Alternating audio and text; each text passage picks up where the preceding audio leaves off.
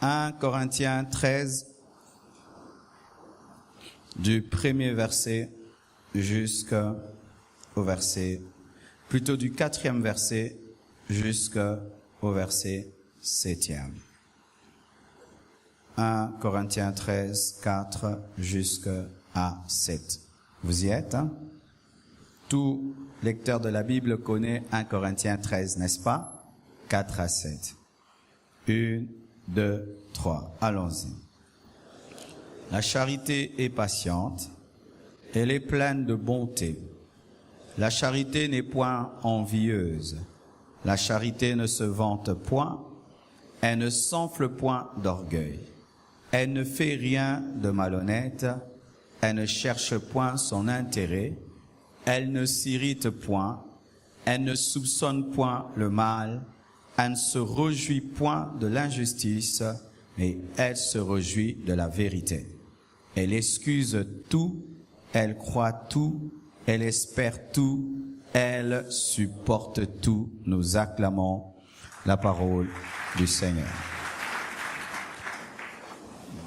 Depuis le lundi 1er août, nous avons commencé les 30 matins de prière sur le thème l'amour, une puissance négligée.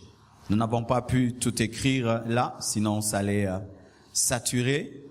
Mais nous sommes là pendant tout un mois afin de parler de l'amour qui est la nature principale de Dieu. Ainsi, nous avons voulu illustrer cela par ces deux images. Nous ne les connaissons pas. Amen. On ne les connaît pas. On a trouvé ça sur Internet, on a mis, qui exprime une famille heureuse, qui exprime de l'amour, afin d'imager cet enseignement qui sera donné pendant 30 jours. Il est certain que certains milieu de vous, c'est seulement aujourd'hui que vous êtes là. Alors je vous demanderai de vous procurer tous les autres enseignements donnés par le pasteur Bishop, le pasteur Parfait, le pasteur Sita, le pasteur Ndagano et moi-même, parce que déjà des choses très très profondes ont été déjà dites. Amen. Aujourd'hui, mon message sera intitulé « Les signes de l'amour ». Tu peux le dire à ton voisin,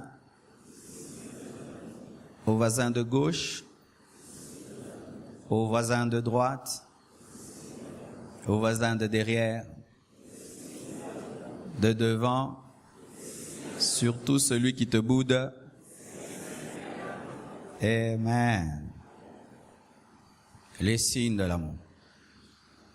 Lorsque nous lisons 1 Corinthiens 13, nous voyons que l'amour n'est pas défini par Paul comme étant une émotion. Alors que souvent nous pensons que l'amour est une émotion. Certes, c'est vrai, l'amour nous donne des émotions. Mais Paul, lorsqu'il parle de l'amour, il ne parle pas de l'amour comme une émotion, mais comme une décision, une attitude, une action, un caractère. Dans les choses de Dieu, aimer, ce n'est pas ressentir. Dans les choses de Dieu, aimer, ce n'est pas ressentir le feu dans son cœur lorsqu'on voit quelqu'un, ce n'est pas avoir des pulsions tout d'abord. Aimer, c'est plus que cela. Et je crois réellement que la Bible a raison de ne pas placer les émotions sur les signes de l'amour. Parce que nous voyons dans ce monde, un homme peut dire à une femme, « Je t'aime beaucoup, mais si tu me trompes, je te tue. » N'est-ce pas? On a vu des hommes tuer des femmes par amour, entre guillemets. Nous avons vu des hommes se suicider par amour, ce qui n'est pas de l'amour. Si tu peux te suicider parce qu'un homme t'a dit non, une femme t'a dit non, ce n'est pas l'amour, c'est l'idolâtrie, c'est la passion. Amen. Et aussi, souvent lorsqu'on parle de l'amour et qu'on catégorise l'amour, on dit qu'il y a l'amour philéo, l'amour entre les frères qui réunit les frères, de sang, l'amour éros, l'amour qui attire les sexes opposés, et l'amour agapé. Mais souvent, lorsque nous parlons de l'amour agapé, qui est l'amour de Dieu, nous pensons que c'est un amour qui ne peut se manifester qu'à l'Église. Et le Seigneur m'a expliqué qu'on peut aussi ressentir l'amour agapé pour sa femme et pour son mari. L'amour éros fait que tu épouses un homme, tu épouses une femme. Mais quand tu es chrétien, tu ressens de l'amour agapao pour ta femme et ton mari. Ainsi, l'amour agapé vient rendre l'amour éros parfait. Ainsi, tu peux aussi ressentir l'amour agapé pour ton frère, pour ta sœur. L'amour philéo que tu as déjà pour ton frère, pour ta sœur de sang, est amené à la perfection par l'amour agapé, l'amour de Dieu. Ainsi, tu aimes ton frère de sang parce qu'il est ton frère de sang, mais tu l'aimes encore parce que tu connais Dieu par l'amour agapé. Ainsi, tu aimes ta femme parce que c'est ta femme, mais tu l'aimes encore davantage par l'amour de Dieu. Amen. Pourquoi je dis cela? Parce que quand je donnerai des exemples, je ne parlerai pas que de l'esprit, je ne parlerai pas que de l'église, je parlerai de la famille, je parlerai de la nation, je parlerai des couples. Amen. Voici le premier signe de l'amour. La patience. Dis la patience. La Bible dit l'amour est patiente. Lorsqu'on aime, il y a un signe qui se manifeste. On est patient. On est patient comment? Pour ce qui est de l'autre, on est patient quant à sa transformation. Je suis convaincu que chacun de nous ici a des défauts. Amen.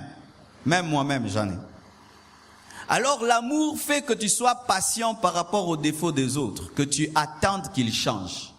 Lorsque dans ta relation avec les autres, tu demandes que les autres changent à la seconde, tu n'as pas l'amour. Pourquoi? Quand il s'agit de toi-même, tu demandes qu'on soit patient, mais quand il s'agit des autres, ils doivent changer maintenant. Ainsi, tu manifestes de l'amour pour toi. Je changerai progressivement. Quand il s'agit de toi, il faut qu'on comprenne que tu changeras progressivement. Mais quand il s'agit de l'autre, le conseil se donne aujourd'hui et aujourd'hui même tu dois changer. Un manque d'amour. Ainsi les relations se brisent, que ce soit dans l'église et en dehors de l'église, parce que nous n'avons pas la patience. La patience aussi envers Dieu. Un véritable chrétien qui aime Dieu, même si la promesse tarde, il va continuer à attendre parce qu'il aime Dieu.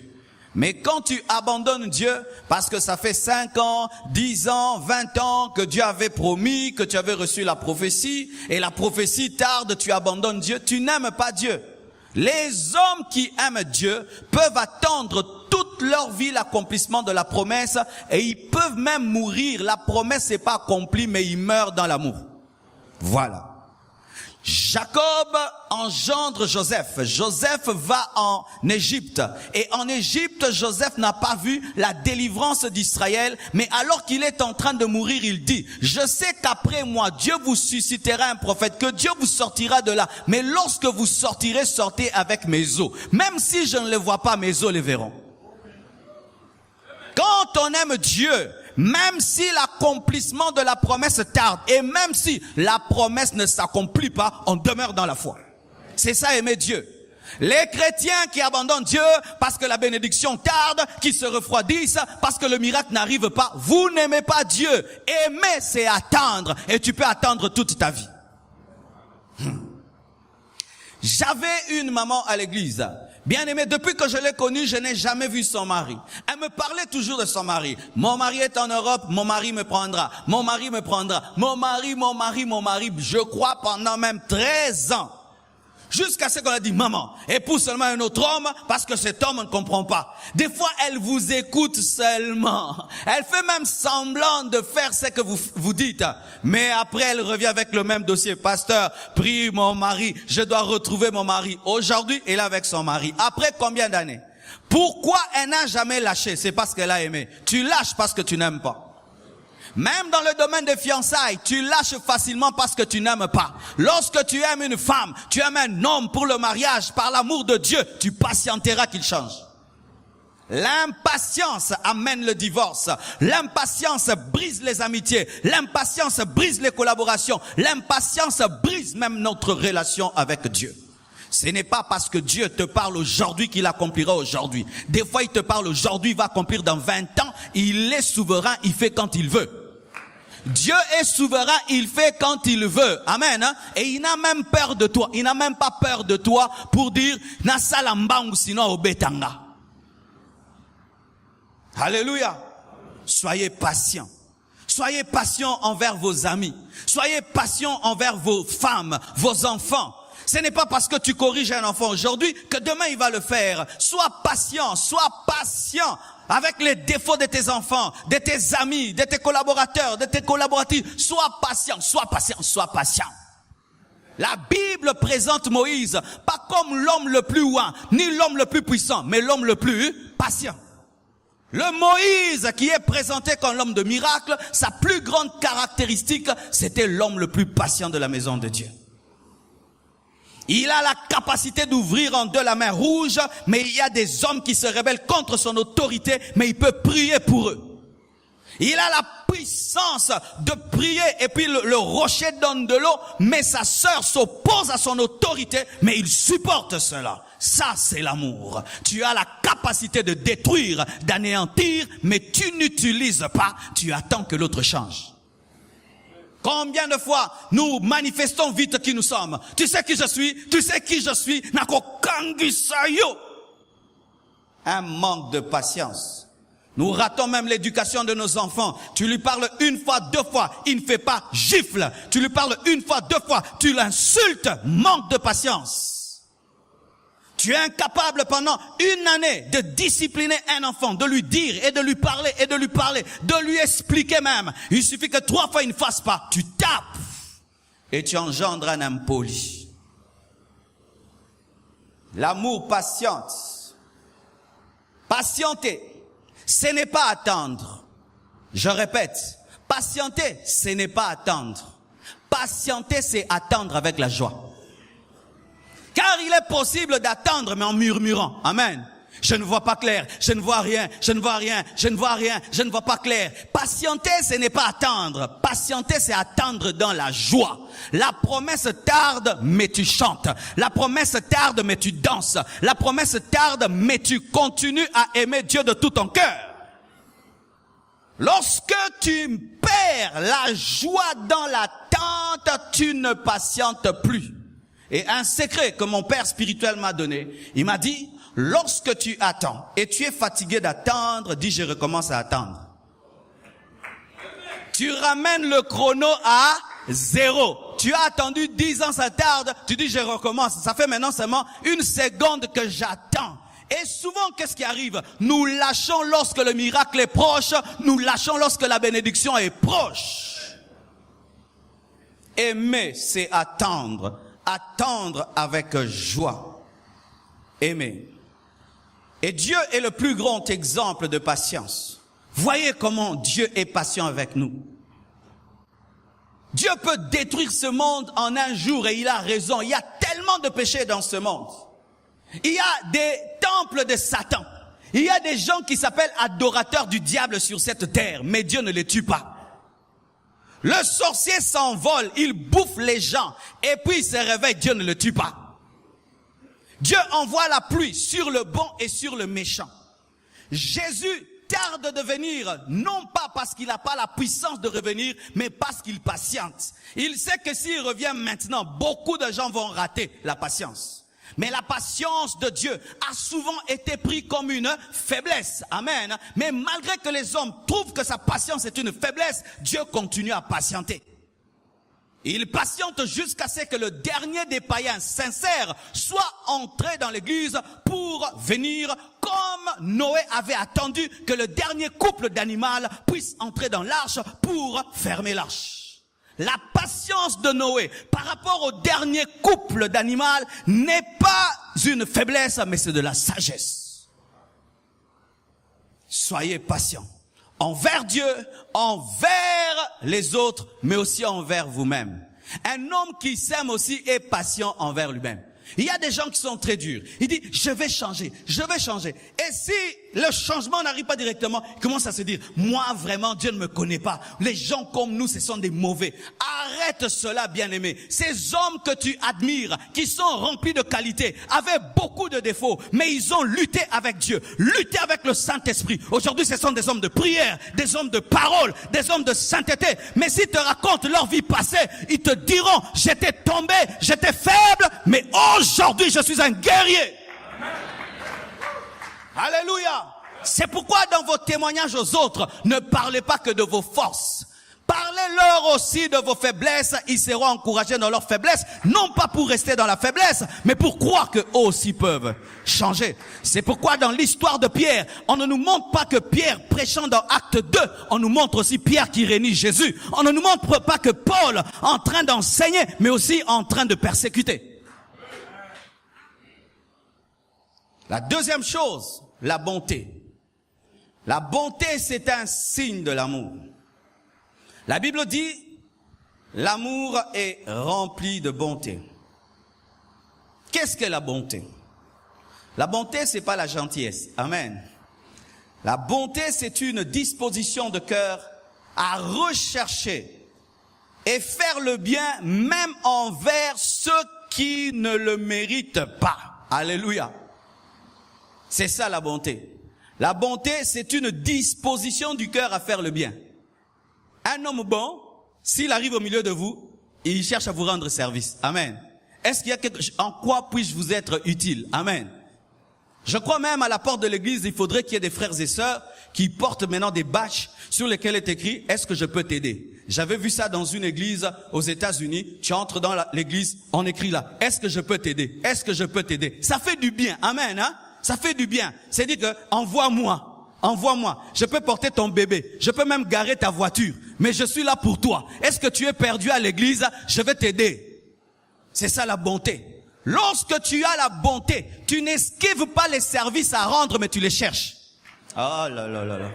Lorsque tu as la bonté, tu n'esquives pas les services à rendre. Des fois, l'église, les gens esquivent les services. Lorsqu'on appelle les gens, venez, vous allez balayer. Il fait semblant, comme s'il n'a pas entendu. Et puis il part, oh gloire à Dieu, Dieu m'a sauvé. Non, ta méchanceté t'a sauvé. Des gens qui s'esquivent toujours pour ne pas rendre service. Venez, on va aller dans un deuil. Il a toujours des raisons. Venez, on va faire ceci. Il a toujours des raisons. Il a tout le temps des raisons pour ne jamais rendre service. Mais on dit qu'on a l'amour. La bonté. La bonté, c'est une disposition du cœur à faire du bien. À qui? Pas aux bonnes personnes, même aux mauvaises. Si tu fais du bien qu'aux bonnes personnes, tu n'es pas chrétien. Si tu fais du bien aux gens qui te font du bien, tu n'es pas chrétien. Si tu salues seulement ceux qui te saluent, tu n'es pas chrétien. Si tu pries que pour ceux qui te bénissent, tu n'es pas chrétien. Si tu veux être chrétien, tu dois bénir tes ennemis. Tu dois rendre service à tes ennemis. Tu dois rendre le bien pour tout le mal qu'on te fait. C'est alors que tu ressembles à ton Père qui est parfait, qui fait répandre sa pluie sur les bons et sur les méchants. La bonté envers les bons est naturelle, mais la bonté envers les mauvais surnaturelle. Si tu veux être surnaturel, tu dois aimer même les mauvaises personnes. C'est alors que tu ressembles à Jésus qui est mort pour les pécheurs. Mais si en étant chrétien, je t'aime parce que tu m'aimes, c'est normal. Aimer quelqu'un qui t'aime, c'est normal. Même les païens aiment les gens qui les aiment. Mais le jour que tu aimeras quelqu'un qui te critique, qui te calomnie, qui te détruit, alors là, tu as l'amour de Dieu. Et je vous dis, mes frères, tant que nous sommes sur la terre, le plus grand test, c'est le test de l'amour. Le test de l'amour, souhaitez les bonnes choses aux gens qui souhaitent le mal. Et la bonté, lorsqu'on a la bonté, on a le tact. Le tact. Qu'est-ce que le tact? C'est une manière de faire remplie de douceur qui ne détruit pas les autres. Je donne un exemple. Je sais que ce frère est un frère qui a trompé sa femme hier. Je ne peux pas venir ici et dire, frère, tu as trompé ta femme devant tout le monde. Je manque de bonté. Même si ce que je dis est vrai, vous pensez qu'il va se convertir pour cela? D'ailleurs, son cœur va se fermer contre Dieu parce que Dieu est moins que son père. Parce que son père, s'il savait qu'il avait fait le mal, il allait le chercher en secret chez lui à la maison et lui parler. Mais Dieu l'humilie devant tout le monde. C'est pourquoi je suis contre une certaine manière de prophétiser. On ne prophétise pas des choses humiliantes en public. Si tu as des choses humiliantes sur quelqu'un, tu vas le chercher. Quand est-ce qu'une prophétie devient humiliante? C'est lorsqu'on t'a parlé une fois en secret, 2 fois en secret, 3 fois, et Dieu maintenant t'humilie pour te sauver. Mais si tu n'es pas encore arrivé à la patience, tu ne peux pas humilier. Et quand même je vais le voir, je ne vais pas descendre avec la sainteté. Je viens, frère, impudique, adultère, tu as trompé ta femme. Tu vas finir en prison. Je vais venir le voir. Bonjour mon frère, comment tu vas? Prions. Le tact, la bonté donne le savoir-faire. L'amour donne le tact. Lorsqu'on aime, on évite les effets collatéraux. Vous connaissez les effets collatéraux? Lorsque une armée veut bombarder une autre, elle évite que les civils meurent. Ainsi, l'armée dit, si nous envoyons une bombe, les militaires et les civils mourront. Cette armée prend la peine de descendre et d'envoyer des guerriers sur terrain qui vont faire des frappes chirurgicales pour que les civils ne meurent pas. Et lorsque je viens vers mon frère, afin de le ramener, le sortir du péché, je dois éviter de le jeter au diable. Lorsque un médecin opère, il veille seulement à toucher la partie infectée, il ne détruit pas le reste. C'est vrai qu'il a péché, mais c'est un enfant de Dieu. C'est vrai qu'il a péché, mais il est en train de chercher Dieu. Je ne viendrai pas le jeter en enfer, je viendrai pour l'amener à la repentance. Et si pour l'amener à la repentance, il faut que pendant un temps, je l'écoute, je l'écouterai avant de venir avec le jugement, tu iras en enfer.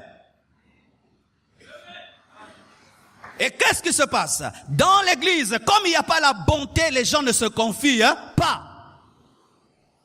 On ne présente que les bons côtés de nous. Ah, moi, j'ai pris beaucoup, je jeûne beaucoup, j'ai pris beaucoup, je jeûne beaucoup. Mais on ne se dit pas les vrais problèmes. Pourquoi? Il n'y a pas de bonté. Parce que si l'autre te révèle ses vraies faiblesses, alors tu vas prendre la machette, tu le coupes. Alors qu'il faut aimer une personne sincère qui refuse de se présenter sous l'hypocrisie. Alléluia. La bonté. La bonté te donne l'éducation. Je vous assure, même une personne qui n'a pas d'éducation, lorsqu'elle aime, elle respecte. Je vous assure. Prenez un voyou sans éducation. S'il tombe amoureux d'une femme, il va même ouvrir la porte. Vrai ou faux? Il va saluer. Vrai ou faux? Qui lui a appris ça? L'amour. Souvent, notre manque de tact et de respect n'est qu'un signe d'un manque d'amour. Parce que quand on aime, on respecte. Quand on aime, on a du tact. On a une manière de faire. Voyez. Si on t'appelle par des gens pour qui tu n'as pas d'amour, tu réponds normalement. Nana pèse au numéro nanga. Nana pèse au numéro nanga. Mais si seulement quelqu'un que tu aimes t'appelle, du coup, volume est quitté. Allô? Oui. Nana pèse qui t'a volume. Bolingo. Alléluia. Nana pèse que yeah. Quitte ça volume. L'amour t'amène à baisser le volume. Pourquoi? Parce que tu aimes. C'est pourquoi certaines impolitesses sont des signes de quoi? D'un manque d'amour. Lorsque tu deviens impoli, irrespectueux en soi, ce n'est pas un problème d'éducation, c'est un problème d'amour, car même le Koulouna, quand il aime, il est poli. Alléluia. Troisième chose, le contentement. L'amour se contente. Ce qui est à l'amour est à l'amour. Ce qui n'est pas à l'amour n'est pas à l'amour. Un homme qui a l'amour se contente de sa femme. Amen. Quand un homme aime sa femme, même si ce n'est pas la plus belle femme du monde, il ne voit pas les autres femmes du monde. Lorsqu'une femme aime son mari, Même si ce n'est pas l'homme le plus beau, le plus grand, le plus riche du monde, elle ne voit que son mari. Lorsque l'envie naît, c'est souvent quand l'amour part. Quand l'amour est, on ne voit plus rien. Alléluia. Quand l'amour est, on ne voit plus rien. C'est pourquoi des fois nous sommes étonnés. Des gens qui ont épousé, des personnes qui sont infirmes, des personnes qui ont des problèmes et tout. Mais ils aiment ces personnes. C'est ça l'amour. Quand on aime, on se contente. Elles ne font pas semblant. Elles aiment vraiment. Oh, je dis, elles ne font pas semblant. Elles aiment vraiment. Parce que l'amour a une capacité de t'amener à te contenter. À te contenter. Frères et sœurs, souvent les jaloux pensent que lorsque ils détruisent les personnes jalousées, ils sont élevés. Détruire Abel ne fait pas de toi un Abel. Détruire celui qui monte ne te fait pas monter. Détruire celui qui est béni ne te bénit pas. Prendre la place d'Abel ne fait pas de toi un Abel. Car ce n'est pas parce que tu tues Abel par jalousie que tu es devenu Abel. Tu deviens Caïn le maudit. Caïn, avant la jalousie, était meilleur que lorsqu'il a tué par jalousie. Alléluia. La jalousie est un signe de manque d'amour. Lorsqu'on a l'amour, on aime ce qui arrive à Abel. On est content. Pourquoi? Parce que tu deviens le grand frère du petit exaucé. Lorsque tu as l'amour, tu accepteras que quelqu'un ait ce que tu n'as pas. Tu accepteras que quelqu'un fasse ce que tu ne fais pas. Tu accepteras que quelqu'un arrive là où tu n'es jamais arrivé et qu'il devienne ce que tu n'es jamais devenu. L'amour se révèle par la capacité d'aimer ce que Dieu fait dans la vie des autres. C'est pourquoi, si dans vos amitiés, il y a la jalousie, vous n'êtes pas des amis. Vous n'êtes pas des amis. Les vrais amis, alléluia. Voyez le corps. Lorsque le corps cherche la nourriture, qui voit la nourriture? Les yeux. Alléluia. Les yeux voient la nourriture. Mais qui prend la nourriture? C'est la main. Mais quand la main tient la nourriture, l'estomac n'est jamais jaloux. Jaloux de la main. Parce que l'estomac sait que ça ne restera jamais dans la main, ça finira dans la bouche. Et l'estomac sait que ça ne finit jamais dans la bouche, ça finira par entrer par l'ésophage.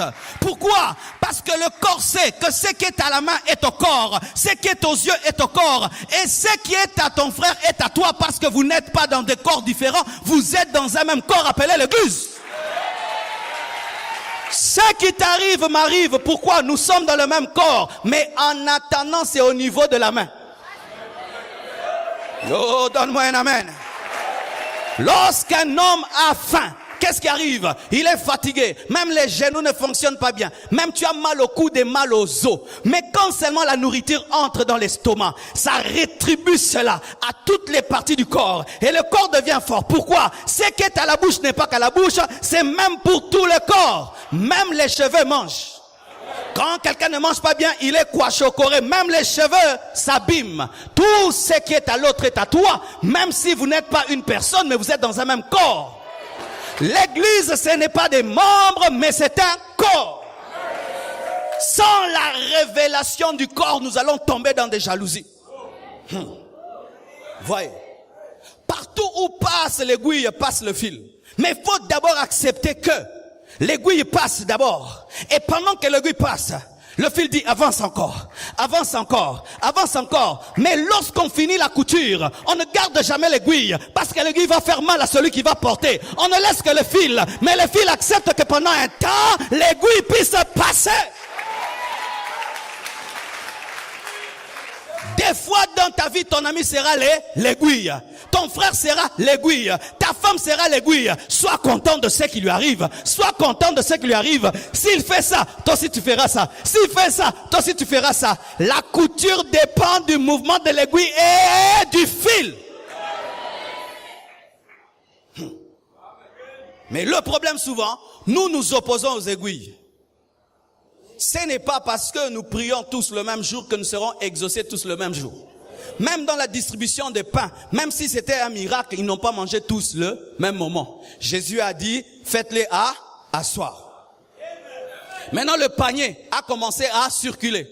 C'est-à-dire que c'était à la rangée 2, les gens de la rangée 12 sont en train d'attendre et ils voient déjà les gens de la rangée 1 en train de manger.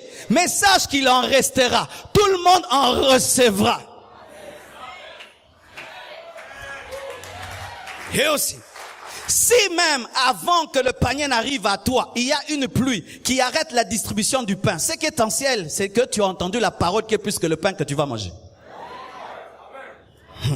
Voici.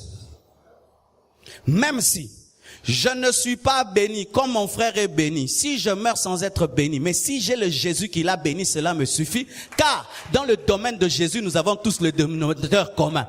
Le problème souvent, c'est que nous oublions le principal à cause du reste que Dieu a promis, voiture, maison et tout le reste, ce n'est rien, parce que nous avons déjà la base qui est Jésus.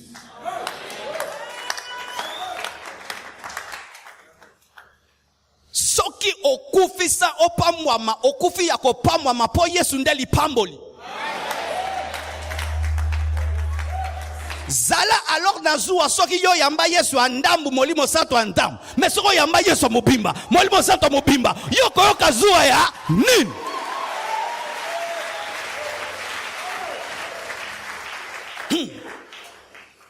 Et vous devez vous préparer dans la vie à ce que Dieu ne vous donne pas tout et qu'il puisse donner à certains ce que vous n'aurez jamais. Je vais répéter ça. Oui, Dieu n'est pas un socialiste. Tu sais, dans le socialisme, tout le monde porte la couleur rouge, tout le monde, même voiture, tout le monde, même maison. Dieu n'est pas un socialiste. Il y a des choses que l'autre aura, tu n'auras jamais. Tu dois préparer ton cœur et zalaka bongo. On peut ce exemple. La Bible nous dit que les 12 apôtres sont les fondements de la nouvelle Jérusalem céleste. J'en ai pris pour devenir le 13e fondement. La Bible nous parle des 24 vieillards, pris pour être le 25e vieillard. On va voir si tu vas le devenir. Il y a des choses, même si tu jeûnes, même si tu pries, même si tu invoques, même si tu pleures, tu ne les auras jamais. Eza nabakolo yango. Jésus a dit, ce n'est pas à moi de déterminer qui sera à la droite et à la gauche. Mais Dieu seul sait. Pourquoi? Il y a des gens pour qui il y aura la droite et la gauche. Et Dieu a combien de droite? Il a combien de gauche? Dis à ton voisin, milinga nengoza.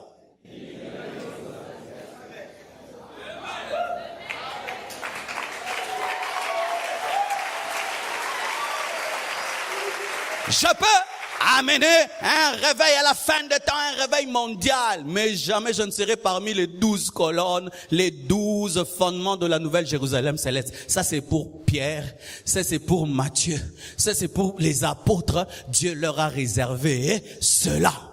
Ainsi, dans ta vie, il y a des gens qui te dépasseront toujours dans un domaine et toi, tu les dépasseras dans un autre domaine. Moi, je dépasse Paul dans un domaine. Moi, je prêche avec le micro. Moi, je dépasse Paul dans un domaine. Moi, je prêche en veste. Alléluia. Il y a des choses, je raconterai aussi à Pierre. Est-ce que tu sais prêcher avec un iPad? Est-ce que tu sais prêcher sur Internet, sur Facebook et sur WhatsApp, sur YouTube? Alléluia. Quand il me parlera, tu sais en Galilée, moi si je vais lui dire, tu sais aussi au Bandundu Amaluku Amatadi. Alléluia. Alléluia. Bien-aimés frères et sœurs, l'amour ne jalouse pas. C'est terrible, bien-aimés. Et tu vas voir que même dans la nature de l'homme, Dieu nous a donné cette capacité de nous accepter. Mets un miroir ici. Tout le monde qui passe aime s'arrêter et regarder. Même celui qui n'est pas très beau, hein. Mais ça vient. Gloire à Dieu. Merci Seigneur. Tout le monde, Yamoulaï, Yamounene, tout le monde aime regarder. Pourquoi? Il veut regarder cette merveilleuse créature que Dieu a faite. Et c'est pourquoi David a dit, je te loue parce que je suis une merveilleuse créature. Mais ce n'était pas Monsieur Univers, ce n'était pas Monsieur Israël, mais il s'aimait tel qu'il était.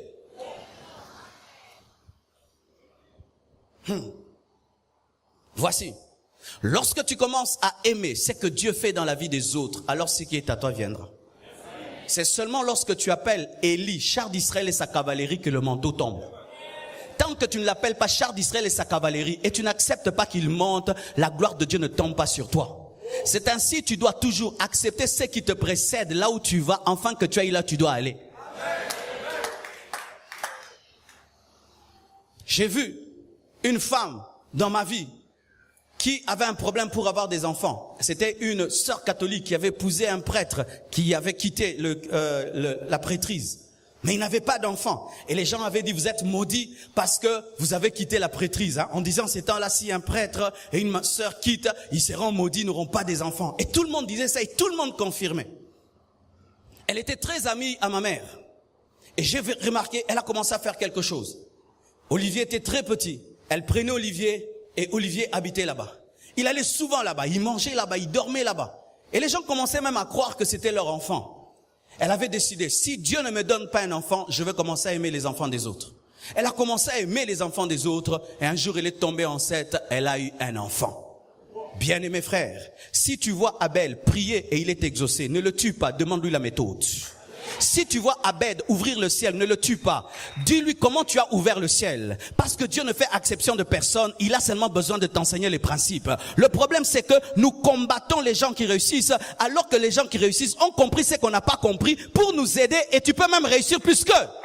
Celui qui aujourd'hui a fait l'Arbus, il a pris ça de qui? De celui qui a fait un avion peut-être qui est tombé, mais il a copié et il a ajouté. Mais nous tuons les gens qui commencent pour nous.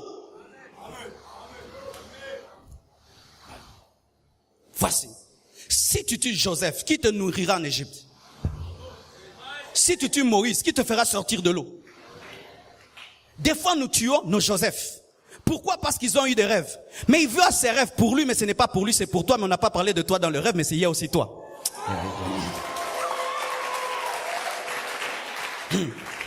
Lorsque Joseph a des rêves, il dit, j'ai vu, ma gerbe était plus grande que la vôtre. C'était son interprétation, mais derrière sa gerbe, il y avait aussi la gerbe des autres qui allaient se cacher. Joseph voit que lui devient grand. C'est ma destinée. Mais il est devenu grand pour qui? Il est devenu grand seulement pour nourrir les autres. Donc il est devenu grand pour qui? Il est devenu grand pour les autres. Donc quand il était esclave pour qui? Pour les autres. Il était prisonnier pour les autres. Qui avait la grâce? Toi, tu es devenu prisonnier pour nous. Pendant que lui est prisonnier, les autres sont ses papas. Pendant que lui est esclave, les autres sont ses papas. Et quand maintenant il meurt, ce sont les fils des autres qui deviennent grands. Parce que Joseph meurt, il laisse Ephraïm et Manassé. Mais qui est devenu roi? Ce sont les fils de Juda. De Juda qui n'est jamais devenu premier ministre. Qui engendre les sacrificateurs? Qui engendre Moïse? C'est Lévi. Alors, ne tue jamais Joseph. Parce qu'en Joseph, il y a Lévi, il y a Moïse et il y a Jésus.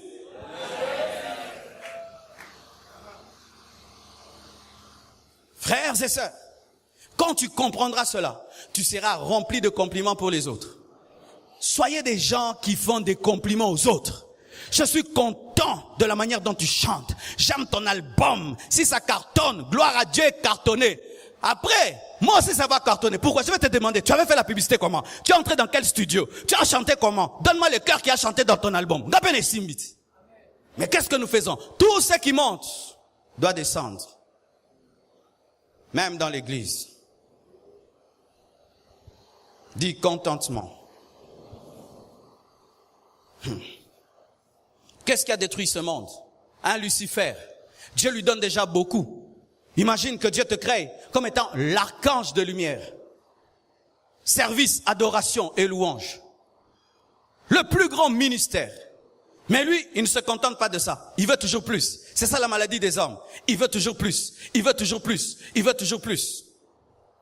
Il y a des gens qui, toute votre vie, vous ne serez jamais des leaders, vous serez des adjoints. Vous savez ça? Ce n'est pas tout le monde qui est appelé à être le premier. Il y a des gens qui doivent être des adjoints. Et toute la vie de Lucifer, il devait être à côté. Il ne devait pas être devant. Mais lui dit non, je vais l'enlever et je vais prendre sa place. Et il est devenu quoi? Satan. Ève, Dieu l'appelle à manger tout sauf. Voici. Le manque de contentement te fait oublier que tous les autres arbres sont sucrés. Il ne te montre que l'arbre interdit qui est sucré. Les gens qui ont un problème de contentement pensent que ce qui est interdit est plus que ce qui est permis. Alors qu'ils pouvaient tout avoir, elle se décide d'avoir une seule chose qui l'empêche d'avoir tout. Voici. La jalousie t'amènera à te concentrer sur ce que l'autre a que tu n'as pas et à oublier ce que tu as déjà, que tu es intelligent, que tu es beau, que tu es fort, que tu as, et tu ne regarderas seulement ce que l'autre a. Il y a des gens, il peut être bien habillé, il a tout, mais le téléphone seulement de l'autre le dépasse. Il y a Zongika, oh là là, S7, S7, Nanazana S2, S2, oh là là, S7, mon sapé qui toro, oh là tu peux bien, S7, tu regardes seulement l'arbre de la connaissance du bien et du mal, mais tu oublies tous les autres arbres que tu peux manger. Arrêtez de vous concentrer sur ce que vous n'avez pas. Regardez ce que vous avez. Arrêtez de vous concentrer sur l'arbre de la connaissance du bien et du mal. Regardez, vous avez tout le jardin. Et je vous dis, c'est terrible. Tu peux même avoir une belle voiture. Monsieur l'équipe, petit. Oh, car. Et bon, vous avez un copo.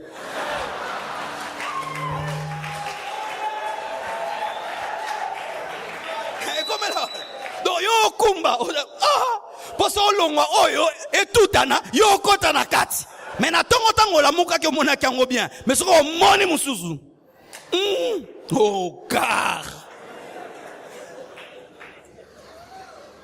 j'aime ce qui est à moi. Et il y a des choses qui sont à toi aujourd'hui qui préparent les choses que tu auras, mais même si tu ne les as pas, ce qui est essentiel, c'est la présence de Jésus en toi. Je dis, c'est la présence de Jésus en toi. Réjouissez-vous toujours dans le Seigneur. Car, bien-aimés frères et sœurs, si notre joie provient des choses que nous avons, le jour que nous ne les avons pas, nous perdrons la joie. J'aimerais terminer. La Bible dit, l'amour ne se vante pas. Voici un signe de l'amour, la simplicité. Amen. Plus un homme est rempli d'amour, plus il devient simple. Il devient humble. Qu'est-ce que la vantardise? L'amour ne se vante pas. La vantardise, c'est l'autopromotion au détriment des autres. Un vantard monte en détruisant les autres. Pour qu'il monte à un endroit, il doit d'abord te détruire toi, comme ça lui il a une place. Je suis plus intelligent que les autres, c'est-à-dire que toi tu es intelligent, eux ils sont bêtes. Et ici je ne vois pas quelqu'un qui est à mon niveau. Donc toi tu es un humain, les autres sont des animaux. L'amour ne crie pas ce qu'il donne. Je l'ai donné, je l'ai donné, je l'ai donné, je l'ai donné. Là où il y a l'amour, on ne se vante pas. Jésus-Christ faisait des fois des miracles, il disait ne le dis à personne. Ne le dis à personne, cache ça, ne le dis à personne, parce qu'il ne l'a pas fait pour démontrer sa puissance, mais pour démontrer son amour. La vantardise. La vantardise fait de nous des personnes abjectes, infréquentables, parce que je ne sais pas si tu as déjà fréquenté un vantard, tu as du mal à le supporter pendant 30 minutes, n'est-ce pas? Vous savez, Et la vantardise devient des fois une maladie tellement incrustée en nous qu'elle a du mal à nous quitter si Dieu ne nous fait grâce. Dernièrement, un homme vraiment avait exagéré dans la vantardise. Et j'ai dit, je ne veux pas le critiquer, parce que c'est ça aussi le problème, on critique seulement. Je veux lui en parler. Et je l'appelle dans mon bureau. Je le dis vraiment, cher serviteur de Dieu, vraiment ça, nous tous, il nous arrive de parler de nous. Mais là, tu as exagéré. Donc, du début à la fin, c'était toi et toi et toi et toi à un niveau. Homme de Dieu, vraiment. Si tu veux que ton ministère monte, ça vraiment, il faut enlever et tout. Mais il faut écouter la réponse. Une réponse aussi remplie de vantardises. Vous savez, moi je, pendant qu'on le guérit, il dit je. Des fois, apprenez à vous écouter. Quand vous causez avec les gens, enregistrez comment vous parlez, comment vous causez. Nous, prédicateurs, nous nous écoutons. Des fois, tu t'écoutes, tu te dis, oh, mais j'ai trop parlé de moi. Mais nous, on s'écoute. Mais est-ce que tu t'es déjà écouté comment tu parles de toi, parmi tes amis? Comment tu monopolises la parole en train de parler de toi, de toi? Et des fois, le vantard se vante même devant les gens qui sont plus que lui. Un secret dans la vie. Tika bango loba van oyebite bazande nini pourtant que mutatele mite obi mulai nete.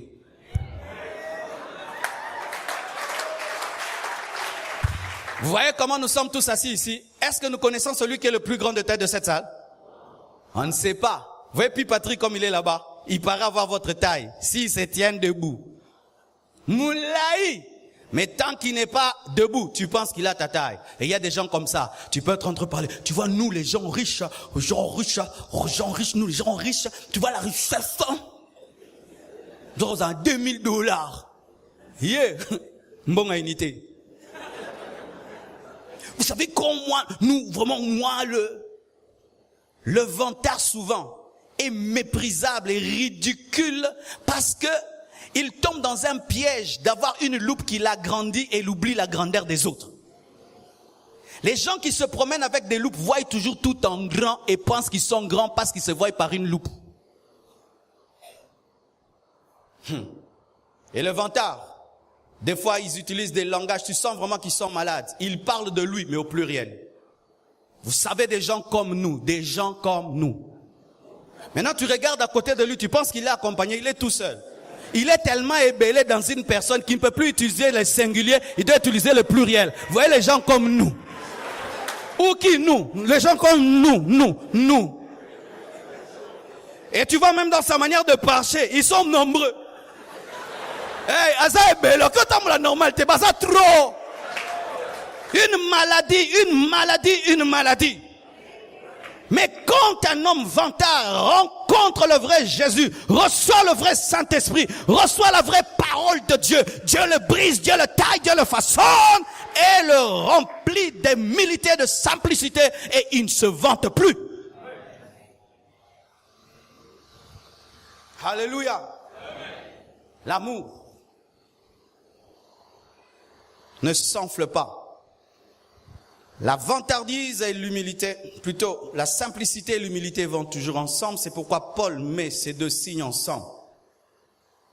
Car celui qui ne se vante pas directement est humble. L'amour ne s'enfle pas d'orgueil. Alléluia. Les Corinthiens avaient reçu les dons spirituels par la grâce de Dieu, mais ils se glorifiaient. C'est pourquoi Paul, après avoir enseigné sur les dons spirituels dans 1 Corinthiens 12, enseigne sur l'amour dans 1 Corinthiens 13. Parce qu'ils étaient tombés dans l'orgueil de croire que les dons spirituels qu'ils avaient reçus par grâce étaient des mérites. Un orgueil qui se manifeste des fois dans l'église. Et là, d'ailleurs, je vais m'arrêter là. Que Dieu me donne les phrases. N'oubliez jamais comment Dieu vous a pris et comment vous êtes convertis. Amen. Je répète, n'oubliez jamais. Je me souviens comment je suis venu à l'église. Je ne savais pas prêcher, je ne savais pas chanter, je n'avais pas d'onction. Après des années, tu prêches, tu chantes, Dieu t'utilise, tu te comportes comme si c'est toi qui t'es fait, tu oublies la grâce de Dieu. Tu vas dans des retraites en train de jeûner, prier, pleurant. Seigneur, ouvre-moi les yeux, donne-moi les dons, donne-moi. Tu pleures des années. Un jour, tu commences à entendre une voix ici qui commence à te dire les choses des gens et tu commences à prendre des airs comme si c'est toi qui vois. Tu étais pauvre, tu n'avais rien du tout et Dieu te fait grâce. Il t'élève, il te donne la richesse. Tu te comportes comme si c'est toi qui as causé cette richesse.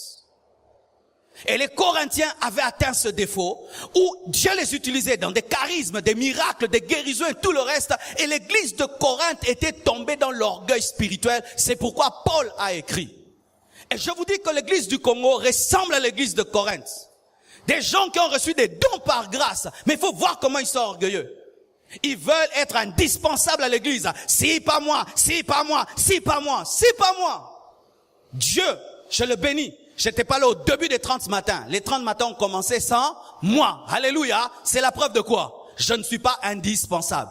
Si moi, je ne suis pas indispensable, personne ici n'est indispensable. Personne. Ne pensez jamais que vous êtes indispensable. Moi, je n'étais pas là. Le culte a commencé, les 30 matins ont commencé sans moi. L'église n'est pas morte. Et pour personne ici, l'église peut mourir. Lorsque Dieu commence à vous élever, vous chantez ici, ne pense pas que vous y invité l'église au Koufa. Et au Koufa, tu peux continuer très bien sans yo. Des maladies dans lesquelles nous tombons. Ou quand tu commences à soutenir ta famille, quand Dieu te bénit, c'est toi qui soutiens ta famille. Maintenant, tu veux jouer au Dieu de la famille. Au Dieu de la famille. Mais bah non qu'on va foutre la classe. Au Bossani, bah non qu'on va foutre la classe. Yo que n'a pas classe à cotisation.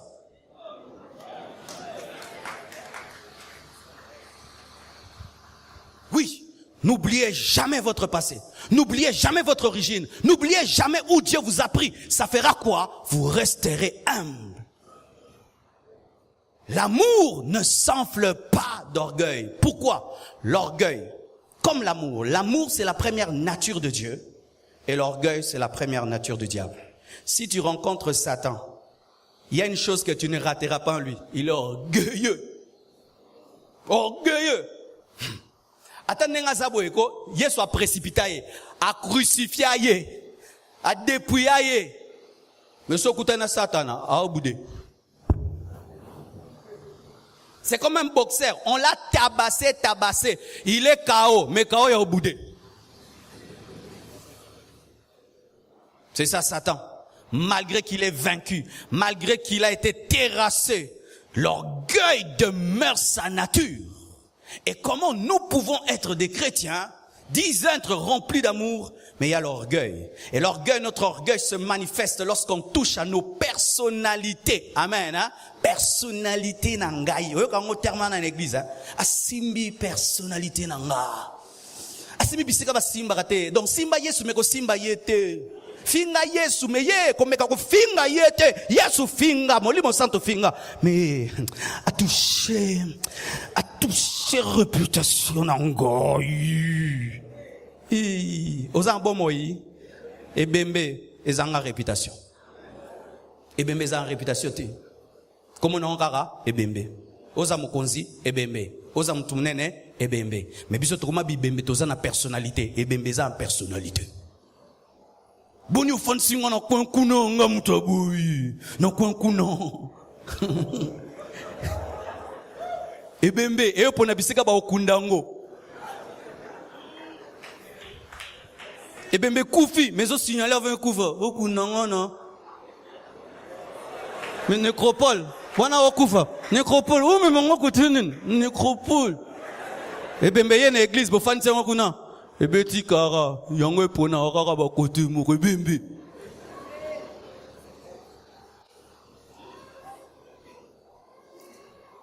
C'est ça le problème. Et sachez ceci, si quelqu'un est né de nouveau, il a l'amour. Mais souvent, nous refusons de manifester l'amour que nous avons. Un chrétien ne doit pas demander l'amour. Un chrétien a l'amour. Mais il faut demander à Dieu qui t'aide à manifester l'amour que tu as déjà. Que Dieu vous bénisse.